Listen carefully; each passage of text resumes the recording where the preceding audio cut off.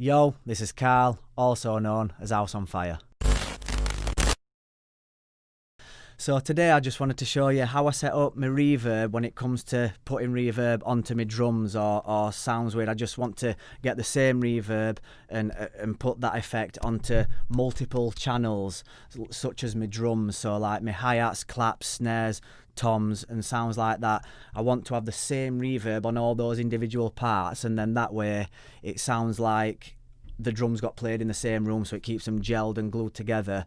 Also doing that, it saves on CPU, because if you put in reverb on every individual part as an insert, then you're opening up loads of reverbs and it kills your CPU and it'll slow your computer down as well. It's also a quicker way to add the same reverb onto multiple channels.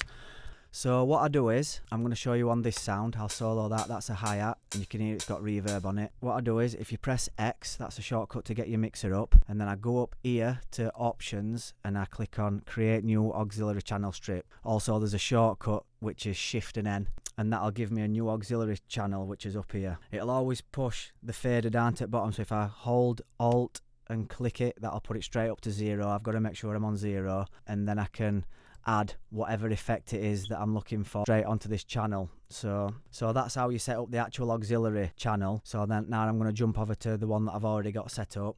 So this is, I've named it small verb, so if I just double click that, and you can name that whatever you want. I've got that as small verb, and then I add on as an insert the effects that I want. So I've got Space Designer, because that's the reverb that I like to use on my drums. I like to repeat use that, and the preset that I'm using is Drum Plate. It's just a nice preset for drums. And then what you do is you come down to dry wet section, and you make sure that your dry is totally off, so you're not getting the dry signal, the original signal what you're affecting.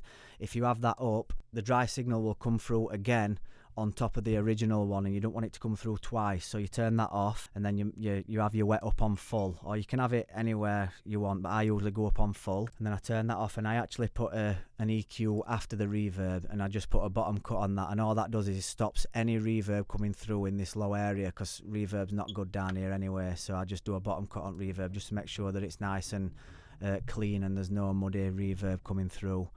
And then what you do is you then click here where it says bus, and then you go down to bus and you select one. I've already got this on bus 1, but I'll just show you down here. You can select any, so I'll show you on bus 20 just because I know that one's free, and then press X to get rid of that, and then you go to this section, and then you go down to bus, and then you would select 20, bus 20, which is the small verb.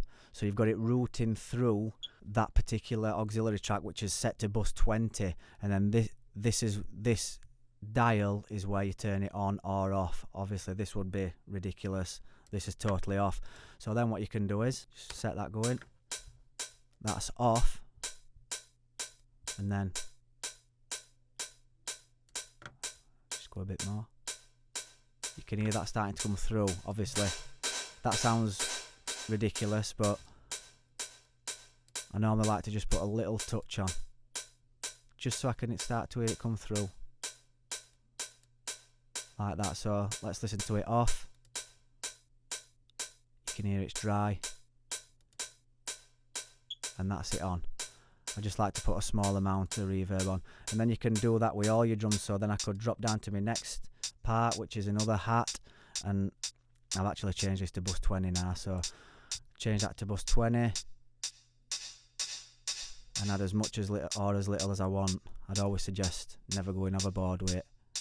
So then basically all my drums, so I've got ride here. I've not actually got one on ride because it's quite airy fairy anyway. Anyway, that ride, excuse me. Let's have a look at this one. This is a hat. I've got a bit of reverb, quite a bit more on that one, and you can just go through and keep adding the same reverb to each one of your drums. That way it makes it sound like all your drums are being played in one room, so it sounds gelled and all together and glued. And it saves on your CPU because you're not adding a reverb insert onto every single part, and also it gives you a slightly different effect. You're kind of affecting your dry signal from back door, and it's not affecting your dry, whereas if you put an insert on, it can affect your dry a little bit. So that's a quick and easy way adding the same reverb onto all of your drums. Hope that helps.